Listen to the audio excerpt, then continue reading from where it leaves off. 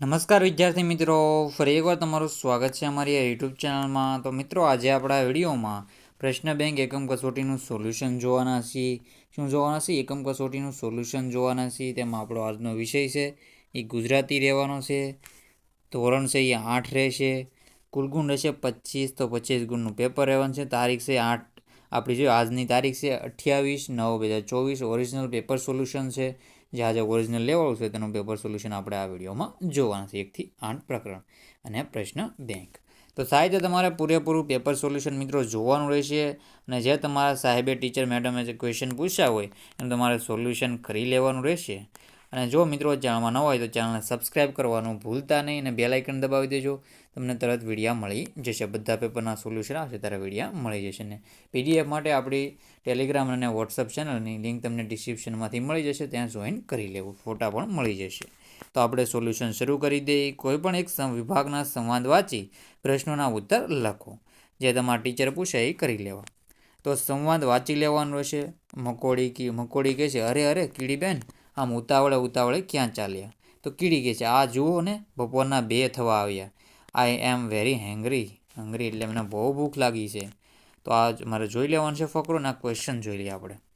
તો પહેલું છે, આ સંવાદમાં વપરાયેલા અંગ્રેજી શબ્દો શોધો. તો અંગ્રેજી શબ્દોમાં તો આપણે જોઈએ તો હું તમને લીટી કરી દઉં છું લાલ પેનથી. જો આઈ એમ વેરી હેંગ્રી આ બધા અંગ્રેજી છે. પછી લેટ છે, આ અંગ્રેજી છે. બિસ્કિટ છે, પછી ચોકલેટ છે, અંગ્રેજી છે. પછી આપણે આગળ જોઈએ તો લેટ અહીંયા પણ આપેલું છે. આખી ટીમ છે એ છે. પછી અહીં કોલ છે. તો આ બધા છે અંગ્રેજી શબ્દો કહેવામાં આવે છે. કેવા છે? અંગ્રેજી શબ્દો છે, યાદ રાખજો. તો આપણે આગળના ક્વેશ્ચન છે, કીડી જમવામાં શાથી મોડી પડી? થોડી કીડી જમવામાં મોડી પડી એનું કારણ અહીંયા જોયું. આ બીજાનો આન્સર છે. આ જુઓ ને, બેનપણીના ઘેરે આટો મારવા ગઈ હતી. વળતા થયું કે લાવને 2-4 ઠેકાણે જોતી જાઓ કે ક્યાંક ખાંડ, બિસ્કિટ, ગોળ કે ચોકલેટ પડી જાય તો લેતી જાઓ. તો આ બીજાનો આન્સર આવી રીતે રહેશે. સાહિત્ય જોઈ લો. બહેનપણીના ઘેરે આટો મારવા ગઈ હતી ને વળતા થયું કે લાવને 2-4 ઠેકાણે જોતી જાઓ ને બિસ્કિટ માટે ને બધું આપણે ગોળ માટે મળી રહે એ માટે મોડું થઈ ગયું. તો બીજાનો આન્સર આ રહેશે. પહેલામાં આ બધા કરી શકો. પછી બીજા ક્વેશ્ચનના આન્સર હવે જોઈ લઈએ આપણે. કીડીને ઘેર જવાની ઉતાવળ શાથી હતી?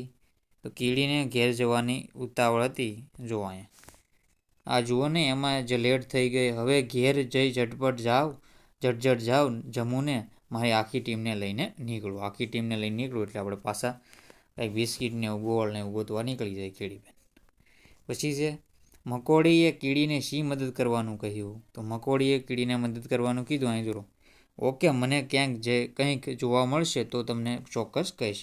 એટલે કે ચોકલેટ, બિસ્કિટ, ગોળ ને એવું કંઈક મીઠાશવાળું કંઈક મળે તો હું તમને જરૂર કહીશ.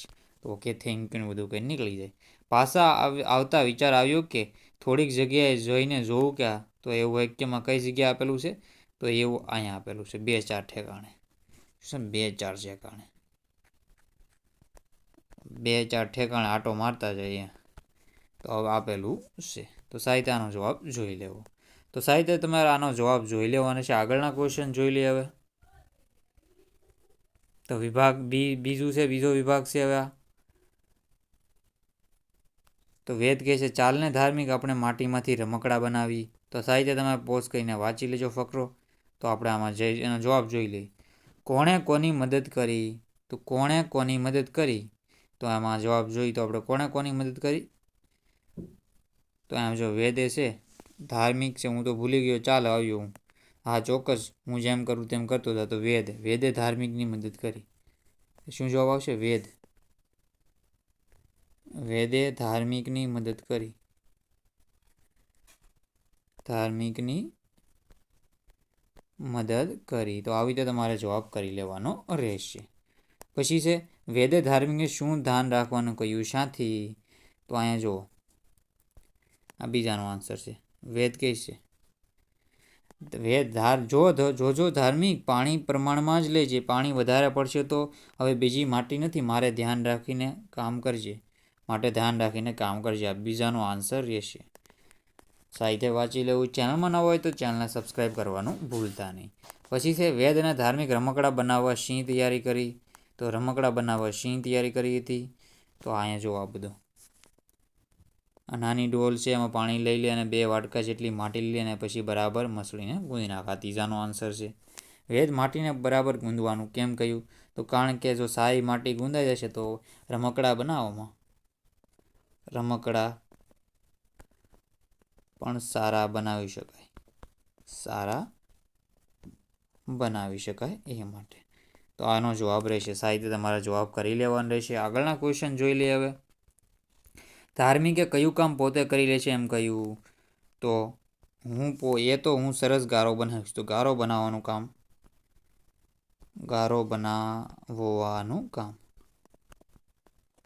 તો આ તમારે જવાબ લખી લેવાનો રહેશે સાહિત્ય. આગળના ક્વેશ્ચન જોઈ લે. વિભાગ 3 છે. તો તન્વી ભાગ્યશ્રી વિશેની માહિતી આપણે વાંચી લેજો તમે આ ફકરામાંથી. એના ક્વેશ્ચનના ભાગ્યશ્રી શું જોવું ગમતું? તો એનો જવાબ સીધો હું તમને જોઈ દઉં છું. મેઘધનુષ્ય જોવું ગમતું.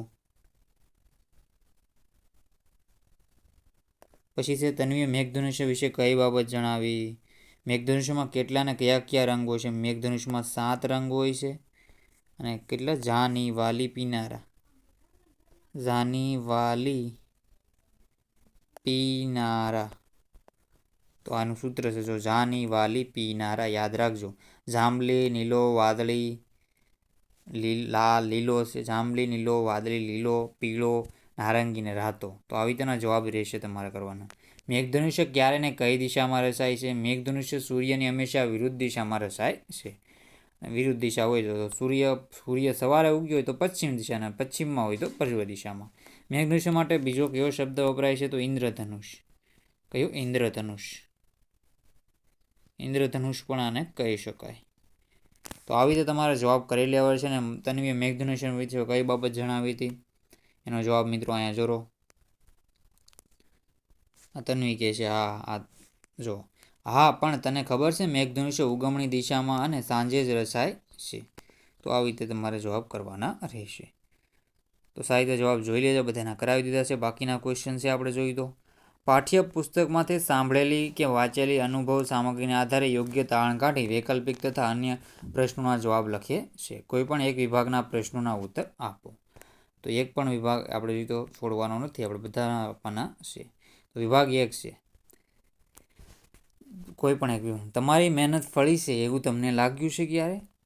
તો તમારી મહેનત ફળી છે. જો તમે તૈયારી કરી હોય, સારી એવી પરીક્ષા હોય, ગમે એ તમે બહુ જોરશોરથી તૈયારી કરી હોય અને મહેનત ફળી હોય, લાગ્યું તો તમારે લખી લેવાનું છે. મેં આવી રીતે તૈયારી કરી હતી, આવી રીતે હું વાંચતો હતો અને આવી રીતે બધી પ્રિપરેશન. પછી તમને કયું પ્રાણી પાળવું ગમે છે? તો કેમ? તો બધાને અલગ અલગ પ્રાણી પાળવા ગમતા હોય છે. જેમ કે ગાય છે, જેમ કે આપણે જો ભેંસમાંથી એનો પાડો પાળવો ગમતો હોય, પાડી પાળવી ગમતી હોય, બિલાડી પાળવી ગમતી હોય.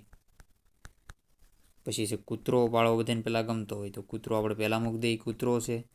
તો આવી રીતે બધા પ્રાણી પોપટ પાળવો ગમતો હોય, બધા કૂતરો, ગાય, ભેંસ, પોપટ. તો પ્રાણીમાં આપણે કૂતરો, ગાય, ભેંસ અને બિલાડી વગેરે પ્રાણી લઈ શકીએ.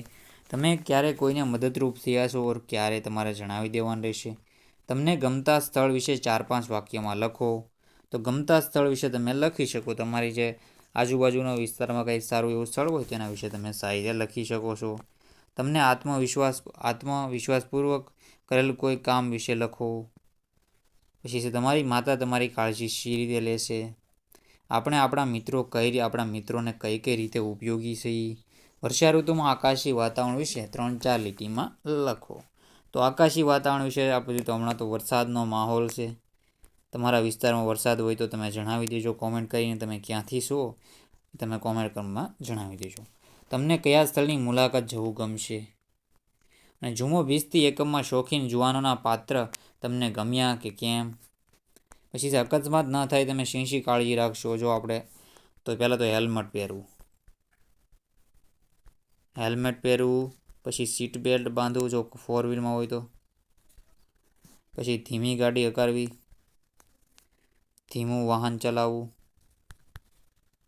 પછી ઓવરટેક કરવાની કોશિશ ન કરવી. પછી આપણે જો ગામડું હોય છે તો ગામમાં ધીમે વાહન હાંકવું હોય, બધું માહિતી વાંચી રહેવી જોઈએ. લાઇસન્સ પહેલાં તો આપણે બધી માહિતી હોય તો સારું એવું પડી રહેશે. તો કંઈ વાંધો આવતો નથી. તમને તમારી માતાના કયા ગુણ સૌથી વધુ ગમે, શા માટે? મુશ્કેલીના સમયે તમે સૌપ્રથમ કોને યાદ કરો છો, શા માટે? તો બધા ક્વેશ્ચન તમારે જોઈ લેવાના રહેશે અને આગળના બધા ક્વેશ્ચનો છે આપણે પાર્ટ 2માં મિત્રો કરાવી દઈશું. આગળના ક્વેશ્ચનો છે એ પાર્ટ 2માં હું કરાવી દઈશ. તો પાર્ટ 2 માટે તમારે શું કરવાનું રહેશે? તો પાર્ટ 2 આવશે. પાર્ટ 2 હમણાં જ આવી જાય થોડીક વારમાં. તો પાર્ટ 2 માટે ચેનલને સબસ્ક્રાઈબ કરી લેજો. શું કરવાનું રહેશે? ચેનલને સબસ્ક્રાઈબ કરી લેજો એટલે તમને જલ્દી પાર્ટ 2 મળી જશે. ચેનલને સબસ્ક્રાઈબ કરી લેજો, પાર્ટ 2 મળી જશે અને જલ્દીને જલ્દી તમે છે આપણી ચેનલમાં 37,000 સબસ્ક્રાઈબર કરાવી દો મિત્રો. તો સાહિત્ય તમારે કહેવાનું રહેશે. તો મિત્રો વિડીયોનો એન્ડ કરીએ છીએ. જય હિન્દ, જય ભારત.